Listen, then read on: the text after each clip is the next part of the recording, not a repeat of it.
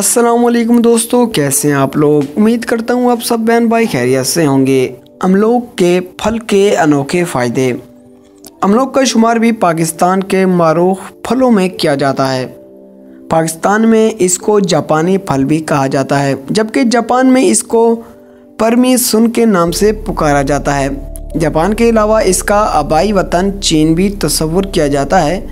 अगरचे कि हम लोग अमलोक को मज़े लेकर खाते हैं, लेकिन इसके फ़ायदे से आगाह नहीं हैं। इसके फ़ायदे आज की इस वीडियो में हम आप दोस्तों को बताने वाले हैं। अमलोक में नमकियात, रोगनियात और फास्फोरस के कई विटामिन वाफिर मिकदार में मौजूद हैं।